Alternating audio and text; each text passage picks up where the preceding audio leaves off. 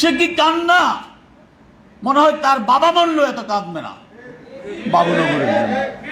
তাহলে ওরা কি মুজিবের সৈনিক? ওরা কি শেখ হাসিনার কর্মী? তার আগে দেখলাম আরেক বিশাল মৌলানা, তার ওয়াজ শুনতে শুনতে নারী পুরুষ সমানে কান্নার রোল তুলতো মৌলানা মামুনুল হক। ধরা পড়লেন বেরসিক জনতার হাতে নারায়ণগঞ্জের এক রিসর্ট। বলল এটা আমার দ্বিতীয় স্ত্রী। আল্লাহর কসম আমার দ্বিতীয় স্ত্রী, খোদার কসম আমার দ্বিতীয় স্ত্রী। কাবিন নেই, সাক্ষী নেই। আমি অবাক হয়ে লক্ষ্য করলাম মানুষ কত পাপিষ্ট হতে পারে, অন্ধ হতে পারে। তাদের সমস্ত বড় বড় মজলিসে শুরা বসলেন, বসে কোনো কাগজ দেখালেন না, জাতির উদ্দেশ্যে একটা বিবৃতি দিলেন, মামুনুল হকের ব্যাখ্যায় আমরা সন্তুষ্ট, এটা তার দ্বিতীয় স্ত্রী। তখন আমার পবিত্র কোরআনের একটি আয়াত মনে পড়েছে। আল্লাহ কোরআন সম্পর্কে বলছেন, কোরআন সম্পর্কে, ইউদুল্লু বিহি কাসীরান ইহদি বিহি কাসীরান ওমা ইউদুল্লু বিহি ইল্লাল ফাসিকিন। আল্লাহ বলছেন কোরআন এমন একটি ধর্মগ্রন্থ যা অনেক মানুষকে পথ দেখায়, অনেক মানুষকে পথভ্রষ্ট করে, কিন্তু যারা ফাসেক তাদের পথ দেখায় না, তাদের পথভ্রষ্ট করে। ফাসেক কারা? এই যে আলেম সমাজ তথাকথিত,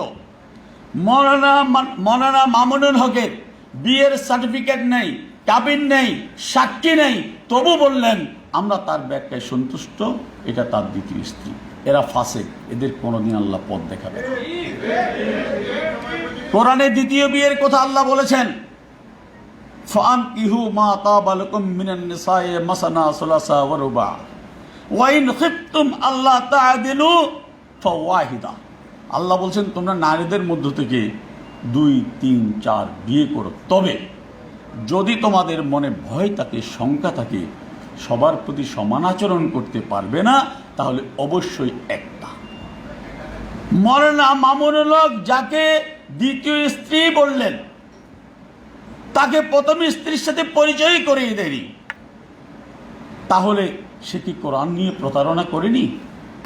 আমি দেখলাম সেই প্রতারকের জন্য আমার ফেসবুকের অসংখ্য বন্ধু মৌলানা মামুনুল হকের সাথে সরকার যা করছে ঠিক করছে না, সে কি কান্না। এরা কি মুজিবের সৈনিক? আমি কখনো মনে করি না। এই সৈনিকদেরকে বাছাই করতে হবে। এদেরকে বাছাই করতে না পারলে আরেকটি 21শে আগস্ট যদি হয়, আরেকটি 15ই আগস্ট যদি হয়, আল্লাহ বারবার শেখ হাসিনাকে 15ই আগস্ট বাঁচিয়ে রেখেছিলেন বঙ্গবন্ধুর ধারাবাহিকতা আদর্শের উত্তরাধিকার বয়ে নিয়ে যাওয়ার জন্য, আর 21শে আগস্ট সম্পূর্ণ তার কুদরতি হাত দিয়ে রক্ষা করেছিলেন অসমাপ্ত কাজগুলো সমাপ্ত করার জন্য।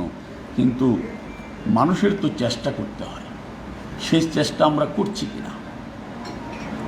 আজকে আমার সাথে যে আসছে, যে আমাকে যে কোনোভাবে সন্তুষ্ট করতে পারছে, সে টাকা দিয়ে হোক অথবা অন্যভাবে হোক, আমরা তার বংশ দেখছি না, অ্যাক্টিভিটিস দেখছি না, সে আগে কোন রাজনৈতিক দল করছে তা যাচাই করছি না, তাকে একটা পদে বসিয়ে দিচ্ছি, কারণ সে আমার নামে ফেসবুকে পোস্ট দিচ্ছে, আমার নামে জিন্দাবাদ দিচ্ছে। এটা বঙ্গবন্ধুর আদর্শের রাজনীতি হতে পারে না। পদ বিক্রি করে নেতা হওয়া এটা ব্যবসা হতে পারে না। কোন কর্মীকে চাকরি দেওয়া, এর বিনিময়ে টাকা নেওয়া রাজনীতি নয়। বঙ্গবন্ধুরা সমাপ্ত আত্মজীবনী কম বেশি সবাই পড়েছেন। কি লিখেছেন? শুধু এই বইটা পড়লেই আমার মনে হয় একজন সাচ্চা মুজিব সৈনিক আমরা হতে পারি। বেশি কিছু পড়ার দরকার নেই। বঙ্গবন্ধুর জীবনীর একটা অংশ আমি খুব মনোযোগ দিয়ে পড়ি। তার পিতা একদিন বলছেন 1943 সাল, তখন এই জনপদে বিশাল দুর্ভিক্ষ হয়েছিল, অসংখ্য মানুষ মারা যাচ্ছিল। শেখ লুৎফুর রহমান তখন বাড়িতে ছিলেন না। তিনি তার বাড়ির দিকে যত এগিয়ে আসছেন, দেখছেন তার বাড়ি থেকে অসংখ্য মানুষ থালাভর্তি ধান নিয়ে বেরিয়ে যাচ্ছেন, বাটিভর্তি ধান নিয়ে বেরিয়ে যাচ্ছেন। তিনি ভাবছেন এত ধান কে দিচ্ছে, এরা কারা, যাচ্ছে কোথায়। তার বাড়ির উঠানে দাঁড়িয়ে পিতা শেখ লুৎফুর রহমান স্তব্ধ হয়ে গেলেন। দেখলেন তার দুটি ধানের গোলা দরজা খুলে দিয়েছেন তার প্রিয় খোকা শেখ মুজিব। তিনি চিন্তা করলেন ছেলেকে কি বকা দিব নাকি প্রশংসা করব। কিছুক্ষণ স্তব্ধ হয়ে বললেন, বাবা কি করছো তুমি খোকা? বলে যে বাবা দেখেন, আমাদের তো খাবারের অভাব নেই। আপনারা জানেন বঙ্গবন্ধু অনেক বড় অবস্থা সম্পন্ন পরিবারের সন্তান ছিলেন, প্রচুর ধানি জমি ছিল, এবং দুটি ধানের গোড়া কোন পরিবারে থাকে সে সময় সেটা আমরা কম বেশি জানি। তো তিনি বলছেন যে আমাদের তো খাবারের অভাব নেই, তাই আমি ঠিক করেছি আমার আশেপাশে কয়েক গ্রামে যে মানুষগুলো কষ্টে আছে, আমি গত 2-3 যাবৎ তাদেরকে খবর দিয়েছি, বলেছি আমার এখানে আসার জন্য, আমি তাদের জন্য গোলাগুলো খুলে দিয়েছি। পিতার পুত্রের কাণ্ডে গর্বিত হলেন। এই যে বঙ্গবন্ধু 23 বছরের যুবক, তখনও শেখ মুজিব হয়ে ওঠেনি, তার বাবার দানের দুটি গোলার দরজা অভাবী দুঃখী মানুষের জন্য খুলে দিয়েছেন।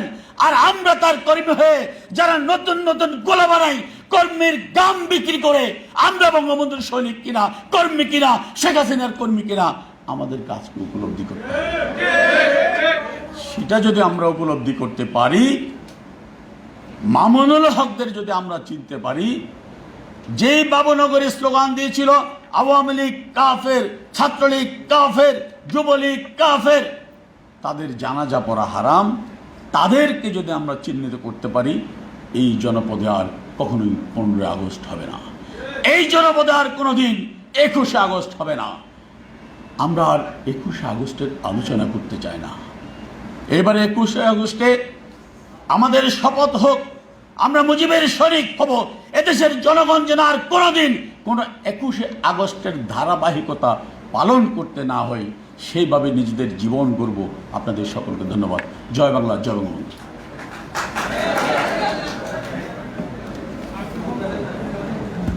ধন্যবাদ। এতক্ষণ যিনি এই পিন পতন নীরবতার মাধ্যমে আমাদের সামনে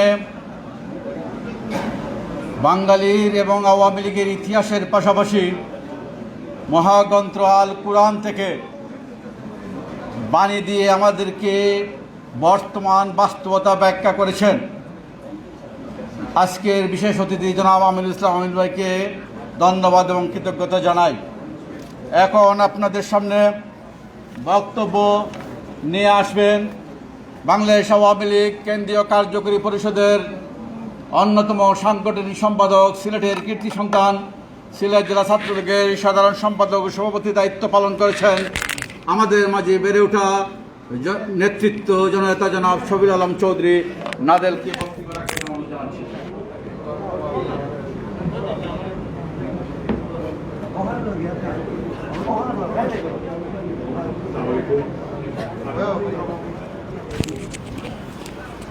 সাত কোটি বাঙালির হে মুগ্ধ জননী রেখেছ বাঙালি করে মানুষ করণী।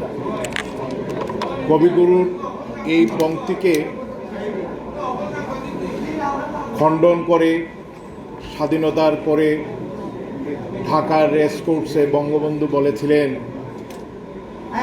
কবিগুরু দেখে যান বাঙালি আজ মানুষ হয়েছে। সত্যি কি তাই? 75-এর 15ই আগস্ট আর 72 খুব বেশি সময় নয়। এই সময়ের মধ্যেই সর্বকালের সর্বশ্রেষ্ঠ বাঙালি ইতিহাসের রাখাল রাজা, জাতির পিতা বঙ্গবন্ধু শেখ মুজিবুর রহমানকে হত্যা করা হয়েছে এই দেশে। তিনি সপরিবারে শাহাদত বরণ করেছেন। পাকিস্তানিরা যে সাহস করেনি, সেই সাহস করল কারা? আমাদের এই দেশের কিছু কুলাঙ্গার, যাদের পেছনে ছিল দেশি বিদেশি চক্রান্তকারীরা। জাতির পিতার শাহাদত বার্ষিকী উপলক্ষে বাংলাদেশ আওয়ামী লীগ সিলেট মহানগর আয়োজিত আজকের এই সভার সম্মানিত সভাপতি বীর মুক্তিযোদ্ধা মাসুকুদ্দিন আহমদ, প্রধান অতিথি হিসাবে আমাদের মধ্যে উপস্থিত রয়েছেন বঙ্গবন্ধু কন্যা জয়ত্রী শেখ হাসিনার বিশ্বস্ত সিপাহ সালার, যার নেতৃত্বে সিলেট এবং চট্টগ্রাম সহ বাংলাদেশে আওয়ামী লীগ সুসংগঠিত হচ্ছে। একজন কর্মী বান্ধব আদর্শ নেতা হিসাবে আমরা যাকে চিনি, আমাদের সৌভাগ্য তিনি আমাদের বিভাগের আমাদের অভিভাবক, বাংলাদেশ আওয়ামী লীগের যুগ্ম সাধারণ সম্পাদক মাহবুবুল আলম হানিফ। আমাদের মধ্যে উপস্থিত হয়েছেন ছাত্রলীগের আরেক সোনালী অর্জন, যিনি এই বিভাগের দায়িত্বপ্রাপ্ত সাংগঠনিক সম্পাদক, আমার অগ্রজ, আমাদের জাতীয় নেতা বাংলাদেশ আওয়ামী লীগের সাংগঠনিক সম্পাদক আহমদ হোসেন। কিছুক্ষণ পূর্বে যিনি বক্তব্য রেখে গেলেন, আমাদের আরেক জাতীয় নেতা, যিনি অত্যন্ত সুবক্তা এবং সুন্দরভাবে সমসাময়িক সময়ে যেটা সবচেয়ে বেশি আলোচিত বিষয়গুলো, ধর্মান্ধ গোষ্ঠী যেভাবে আওয়ামী লীগকে ঘায়েল করার জন্য বিভিন্ন মিথ্যা প্রচার প্রপাগান্ডা চালায়, তার জবাব দিয়ে থাকেন বাংলাদেশ আওয়ামী লীগের উপপ্রচার এবং প্রকাশনা সম্পাদক আমিনুল ইসলাম। বক্তব্য রেখেছেন আমাদের সিলেটের গর্ব, সিলেটের অহংকার, প্রয়াত জাতীয় নেতা মরহুম আব্দুস সামাদ আজাদের সুযোগ্য পুত্র আজিজুস সামাদ ডন। আমাদের মধ্যে বক্তব্য রেখেছেন সিলেট জেলা আওয়ামী লীগের সংগ্রামী সাধারণ সম্পাদক অ্যাডভোকেট নাসির উদ্দিন খান সহ আমাদের সিলেট মহানগর আওয়ামী লীগের সংগ্রামী সাধারণ সম্পাদক অধ্যাপক জাকির হোসেন, সিলেট মহানগর জেলা আওয়ামী লীগের অন্যান্য নেতৃবৃন্দ। বক্তব্য রাখবেন আমাদের প্রধান অতিথি এবং প্রধান বক্তা। আমি আপনাদের ভাই হিসাবে, আপনাদের একজন সহযোদ্ধা হিসাবে যেটা বলতে চাই, বঙ্গবন্ধু সপরিবারে এদেশের মানুষের জন্য জীবন দিয়েছেন। তিনি বাংলার মানুষকে, বাঙালিকে জাগিয়ে তুলেছিলেন, যে মুক্তির স্বপ্ন দেখিয়েছিলেন, যে স্বাধীনতার কথা বলেছিলেন। আমরা স্বাধীনতা পেয়েছি, কিন্তু যে সত্যিকারের মুক্তির মধ্য দিয়ে সোনার বাংলা বিনির্মাণ হবে, সেই মুক্তি তিনি তার জীবদ্দশায় দেখে যেতে পারেননি। বঙ্গবন্ধুর দুই কন্যা জয়ত্রী শেখ হাসিনা এবং শেখ রেহানা দেশের বাইরে ছিলেন। পরম করুণাময় আল্লাহ তাআলা তাদেরকে বাঁচিয়ে রেখেছেন। হয়তো বঙ্গবন্ধু কন্যা জয়ত্রী শেখ হাসিনাকে বাঁচিয়ে রেখেছেন, তার পিতা আমাদেরকে দিয়েছেন স্বাধীনতা, আর তার কন্যার মধ্য দিয়েই সোনার বাংলা বিনির্মাণ হবে। সেই পথে আমরা অনেক দূর অগ্রসর হয়েছি। আমি বিশেষ করে আমাদের সিলেটের সকল পর্যায়ের নেতাকর্মীদের কাছে অনুরোধ করব, এই সুখের মাসে আমরা শক্তিকে আমরা জাগরণ এবং আমাদের বঙ্গবন্ধুর জীবন আদর্শ আমরা যদি চর্চা করি, আমি সকলকে অনুরোধ করব, আমরা যারা বঙ্গবন্ধুর অসমাপ্ত আত্মজীবনী পাঠ করেছি, যারা এখনো করেননি, তারা দয়া করে সেই পুস্তকখানি পাঠ করে নেবেন।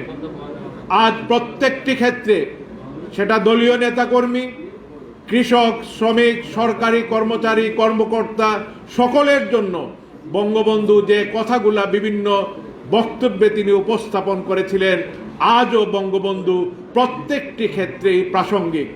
আমরা যদি সত্যিকারের অর্থে বঙ্গবন্ধুর কর্মী, বঙ্গবন্ধুর আদর্শের কথা আমরা ধারণ করি, আমরা যেন এমন কোনো কাজ না করি আজ বঙ্গবন্ধু, জয়ত্রী শেখ হাসিনা এবং আওয়ামী লীগের ভাবমূর্তি সামান্যতম কোনো ক্ষুণ্ণ হয়। আমরা যেন নিজেদেরকে বঙ্গবন্ধুর শুদ্ধ কর্মী হিসাবে গড়ে তুলতে পারি। সুখ দিবসের আলোচনায় আমরা যদি সত্যিকার অর্থে বঙ্গবন্ধুর কথা চিন্তা করি, জয়ত্রী শেখ হাসিনার কথা চিন্তা করি, যিনি তার পরিবারের সকলকে হারিয়ে সারা দিন রাত পরিশ্রম করে এদেশের মানুষের মুখে হাসি ফুটানোর জন্য, এদেশের মানুষকে, এই দেশকে বিশ্বের দরবারে মাথা উঁচু করে দাঁড়ানোর জন্য কাজ করে যাচ্ছেন। আসুন আমরা আমাদের সেই দুঃখিনী বোনের কথা কল্পনা করি, আমরা চিন্তা করি, আমরা ভাবনায় নেই আমাদের সেই মা হারা, বোন হারা, ভাই হারা সেই বোনের কথা, সেই প্রিয় নেত্রী যাকে হত্যা করার জন্য 19 বার চেষ্টা করা হয়েছে। পরম করুণাময় আল্লাহ তাআলা তাকে আমাদের মধ্যে বাঁচিয়ে রেখেছেন। আমরা যেন তার যোগ্য কর্মী হিসাবে নিজেদেরকে গড়ে তুলতে পারি। আজকের এই শোকসভায় দাঁড়িয়ে আমি শ্রদ্ধার সঙ্গে স্মরণ করছি এই সিলেটে 7 আগস্ট মহানগর আওয়ামী লীগের ওয়ার্কিং কমিটির একটি মিটিং ছিল। সেই মিটিংয়ে গ্রেনেড হামলার মাধ্যমে আমরা আমাদের প্রিয় নেতা, প্রিয় ভাই, প্রিয় সহকর্মী ইব্রাহিম ভাইকে হারিয়েছিলাম। সেই গ্রেনেড হামলায় আহত হয়েছিলেন আমাদের অধ্যাপক জাকির, আমাদের সেই গ্রেনেড হামলায় আহত হয়েছিলেন সিলেট মহানগর আওয়ামী লীগের সম্মানিত সহসভাপতি আলাওয়ার ভাই, সেই দিন আহত হয়েছিলেন আব্দুর রহমান জামিল, জুবের খান, আহত হয়েছিলেন আমাদের বিশেষ করে প্রদীপ পুরকাস্ত, আজহারউদ্দিন জাহাঙ্গীর। আমাদের সেই সমাবেশে যে গ্রেনেড হামলা করা হয়েছিল, সেই সমাবেশে অনেকেই গ্রেনেড হামলায় আহত হয়েছিলেন, যারা আজও যন্ত্রণায় কাতরায়। সেই গ্রেনেড হামলার সময়ে, সেই জঙ্গিবাদের উত্থানের সময়ে আমাদের সাবেক মহিলা সংসদ জেবুন্নেসা হকের বাসভবনে গ্রেনেড ছোড়া হয়েছিল। গ্রেনেড ছোড়া হয়েছিল সিলেটের টিলাগড়ে, গ্রেনেড ছোড়া হয়েছিল দরগার পবিত্র মাজার প্রাঙ্গণে ব্রিটিশ হাই কমিশনারকে লক্ষ্য করে। বিষ দিয়ে মারা হয়েছিল এই সিলেটের দরগার যে গদার মাছ রয়েছে, এই সিলেটে গ্রেনেড ছোড়া হয়েছিল বাবু সুরঞ্জিত সেনগুপ্তর উপরে। এই সিলেটের আরেক কৃতি সন্তান শাহ এস এম কিবরিয়াকে হত্যা করা হয়েছিল গ্রেনেড ছুড়ে। হত্যার ষড়যন্ত্রের মধ্য দিয়েই এই আওয়ামী লীগ এগিয়ে যাচ্ছে। বারে বারে আওয়ামী লীগকে হত্যা ষড়যন্ত্রে দিয়ে স্তব্ধ করার চেষ্টা করা হয়েছে।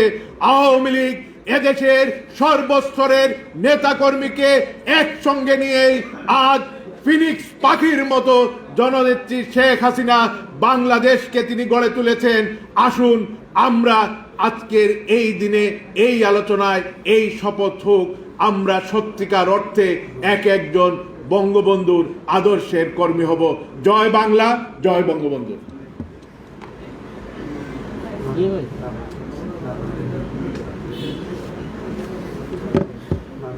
সম্মানিত বন্ধুগণ, সময় খুবই কম। আমাদের কেন্দ্রীয় নেতৃবৃন্দ ঢাকায় যাবেন, সেই তারাশকে সামনে নিয়ে এখানে কাউকে আমরা পরিচয় করে দিচ্ছি না। এখানে আমি লিডারকে দেখিয়ে দিচ্ছি।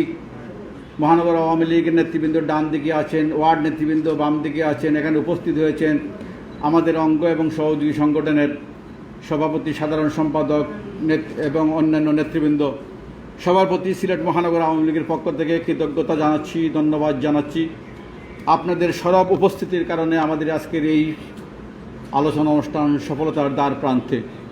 এখন আপনাদের সামনে বক্তব্য রাখবেন আজকে যিনি প্রধান বক্তা হিসাবে আজকে এই অনুষ্ঠানকে অলঙ্কৃত করেছেন, আমাদের সবার পরিচিত সাবেক ছাত্রনেতা, সিলেট বিভাগের দায়িত্বপ্রাপ্ত সাংগঠনিক সম্পাদক জননেতা জনাব আহমদ ভাইকে অনুরোধ জানাচ্ছি তার মূল্যবান বক্তব্য রাখার জন্য।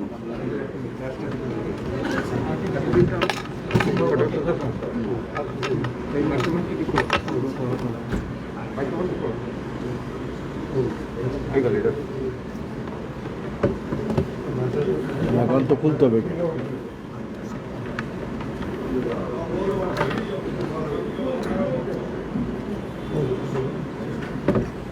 21শে আগস্ট নৃশংস হত্যাকাণ্ডের কারণে প্রেক্ষিতে আজকের এই শোকসভা। জনাব সভাপতি valiant freedom fighter, বীর মুক্তিযোদ্ধা মাসুমউদ্দিন আহমেদ। প্রধান অতিথি আমাদের পার্টির যুগ্ম সাধারণ সম্পাদক, তিনি মাননীয় প্রধানমন্ত্রীর বিশেষ সহকারী ছিলেন। কুষ্টিয়া থেকে এমপি হয়েছেন এবং একই সাথে আমরা চট্টগ্রাম উনি করেছেন, ওখানে আমি ছিলাম কিছুদিন। সিলেটে এখন তিনি করছেন কন্টিনিউয়াস কয়েক বছর, আমার 3 বারের মতো আমরা একসাথে কাজ করছি। এই অনুষ্ঠানের প্রধান অতিথি আমাদের প্রিয় ভাজন জননেতা জনাব মাহবুব আলম হানিফ, আমাদের হানিফ ভাই। আমার আগে তিনি বক্তব্য রাখলেন, তিনি তো আপনাদের সন্তান, এই মাটি থেকে জন্ম, এখান থেকে বেড়ে উঠেছেন। আমার একটি সহকর্মী, আওয়ামী লীগের সাংগঠনিক সম্পাদক আমাদের শফিউল আজম চৌধুরী নাদের, এর আগে বক্তব্য রেখেছেন আওয়ামী লীগ সেন্ট্রাল কমিটির উপপ্রচার ও প্রকাশনা সম্পাদক মীর চট্টলার সন্তান, কৃতি সন্তান, ছাত্র আন্দোলনের আরেক নাম, প্রতীক নাম, রাজপথ থেকে বেড়ে ওঠা আমার সহকর্মী আমিনুল ইসলাম আমিন। আর আব্দুস সামাদ আজাদ ছিলেন আমাদের নেতা, জাতীয় নেতা, তার কৃতি সন্তান আমাদের আজিজুস সামাদ টন। আরও কেউ আছেন কেন্দ্রীয় নেতা, সবার নাম বলতে পারছি না। নাসির সাহেব আছেন, জেলা আওয়ামী লীগের জেনারেল সেক্রেটারি। জাকির সাহেব আছেন, হ্যাঁ, মহানগরের জেনারেল সেক্রেটারি। এখানে পিছনে অনেকেই, ভাইস প্রেসিডেন্ট, জয়েন্ট সেক্রেটারি, মহানগর আর নেতৃবৃন্দ, কর্মী ভাই বোনেরা, সবার নাম বলতে পারছি না, দুঃখিত। আমি প্রথমেই আমার বক্তব্যের শুরুতেই আমি বঙ্গবন্ধু শেখ মুজিবুর রহমান, বঙ্গমাতা শেখ ফজিলুন্নেসা মুজিব, শেখ কামাল, শেখ রাসেল, আপনার শেখ জামাল সহ যারা সেদিন নিহত হয়েছিলেন তাদের স্মরণ করছি। এবং 21শে আগস্ট 22 জন, আইবি রহমান সহ 22 জন নেতা কর্মী আমাদের জীবন দিয়েছে, তাদেরকে গভীর শ্রদ্ধায় স্মরণ করছি। আর যারা 500 নেতাকর্মী আহত হয়েছিলেন তাদের প্রতি সমবেদনা। এই সিলেটে 7 আগস্ট গুলশান হোটেলে যে গ্রেনেড হামলা হয়েছিল, সেখানে যারা আহত হয়েছিলেন, আমি সেদিন ভার্চুয়ালি কথা বলেছি, জাকির সেখানে ছিল, এখানে মেজবা সাহেবও ছিল, আরও কে কে ছিল যারা আহত হয়েছে, আর তাদের প্রতি আমার গভীর সমবেদনা। একটা বিষয় এখানে উল্লেখ করতে চাই, আপনি লক্ষ্য করেন যে আগস্ট আমাকে এখানে, আমি আমাদের সহকর্মী, তার বক্তৃতা ছিল একটা বুদ্ধিভিত্তিক বক্তৃতা, আর আমাদের বক্তৃতা কিন্তু বুদ্ধিভিত্তিক। মাইকের সামনে দাঁড়াই, কতক্ষণ বলেই চলে যায়। এখানে বিরোধী দলের নেতা আজকে প্রধানমন্ত্রী শেখ হাসিনা, তখন ছিলেন অপোজিশন লিডার। তা আক্রমণ করবে তো খালেদা জিয়াকে, সে ছিল প্রধানমন্ত্রী, তো অপোজিশন লিডারকে আক্রমণ করবে, ইটস এ কোশ্চেন। যারা ক্ষমতায় আছে তাকে আক্রমণ করবে, আক্রমণটা প্রধানমন্ত্রী অপোজিশন লিডারে করবে, কারণ নীতিগত আদর্শগত কারণ। আওয়ামী লীগের আদর্শ, বঙ্গবন্ধুর আদর্শ, অসাম্প্রদায়িক চেতনা, জঙ্গিবাদের বিরুদ্ধে, সন্ত্রাসের বিরুদ্ধে। সেই কারণে জঙ্গিবাদের, উগ্রবাদের শত্রু হচ্ছে আওয়ামী লীগ, শত্রু হচ্ছে প্রধানমন্ত্রী শেখ হাসিনা, আর বেগম জিয়া, বিএনপি হচ্ছে তাদের বন্ধু। যে কারণে ভাই কিছু কথা বলছেন কেন পেছনে? আরে ভাই কি কয় পাগলে, কি কয় ছাগলে, কি না খায়? হ্যাঁ ভাই বসেন ভাই। এখানে 21শে আগস্টে 2004 সালে বিকেলে, এবং সিলেটের এই আক্রমণের কারণে, সন্ত্রাসের কারণেই কিন্তু সন্ত্রাসের বিরুদ্ধে সেখানে শান্তি মিছিল হবে, প্রতিবাদ সভা হবে, সেখানে আক্রমণ হবে। আরজেস গ্যাডেট সম্পর্কে ধারণা আছে? যারা না, আমরা তো 36, ওই যে মাকসুদ আছে 36, এটা হচ্ছে 45। আরজেস গ্যাডেট যুদ্ধে ব্যবহৃত হয়, সামরিক বাহিনীর হাতে থাকে। তো সেই গ্রেনেডটা কোত্থেকে আসলো, কিভাবে আসলো? আর যারা হামলা চালিয়েছে তারা ওই মিটিংয়ের সামনে বসেছিল, ওখানেই ছিল। 24 জন মারা গেছে না, 2 জন ছিল কেরিয়ার, ওরা ওই জঙ্গি, ওরা এখানে নিহত হয়ে গেছে, বুঝছেন? সুতরাং 15ই আগস্টের হত্যাকাণ্ড এটা ধারাবাহিকতা ছিল 21-এর হত্যাকাণ্ড। আনফিনিশ জব, যেটা 15ই আগস্টে শেষ করতে পারে নাই খুনিরা, সেটা সমাপ্ত করতে চেয়েছিল। বা বিকজ সেদিন যদি বঙ্গবন্ধু কন্যা শেখ হাসিনা, শেখ রেহানা থাকতেন, তারা কি বাঁচতেন? সুতরাং সেটাকে সেবা সমাপ্ত করার জন্য কিন্তু 21শে হত্যাকাণ্ড চালিয়েছিল। আপনার 17ই আগস্ট সিরিজ বোমা হামলা এখানে হয় না সারা বাংলাদেশে, সিলেটে হয়েছে একসাথে। এটা ছিল 21শে আগস্টের রিহার্সাল। নাটকের যেমন রিহার্সাল থাকে, সব কিছুর রিহার্সাল থাকে, এটা ছিল রিহার্সাল। আর 21টা ছিল ফাইনাল গেম। একটা মাত্র জায়গায় ফেল করেছে, যে আমাদের নেতা প্রধানমন্ত্রী শেখ হাসিনাকে হত্যা করতে পারেনি।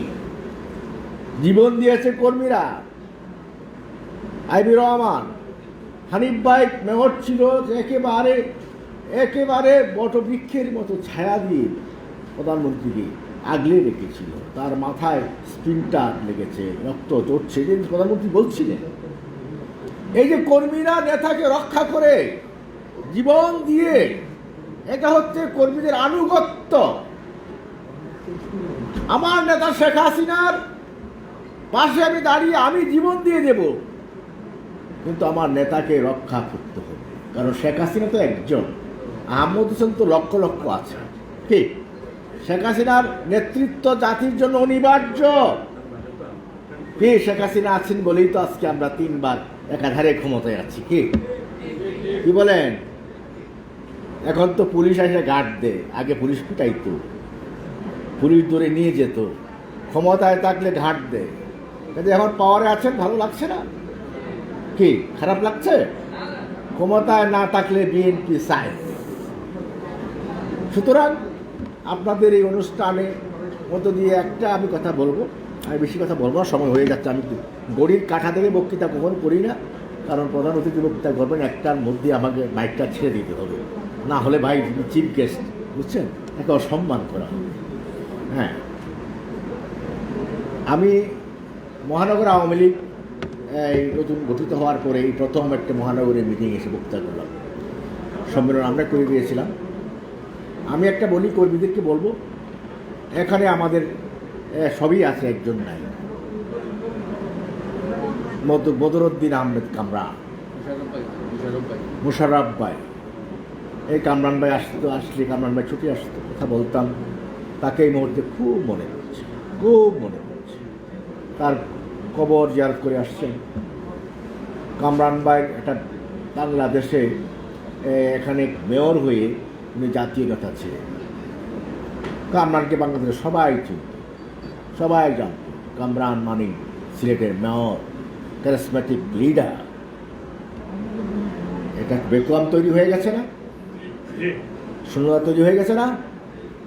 এখন ওই কামরানের শূন্য স্থানটা পূরণ করতে হবে না? আরেকটা কামরান কি তৈরি করতে হবে না? সে একটা কামরান তৈরি কিভাবে হবে? মেয়র ইলেকশনে জিতে, মেয়র হওয়ার মধ্য দিয়ে।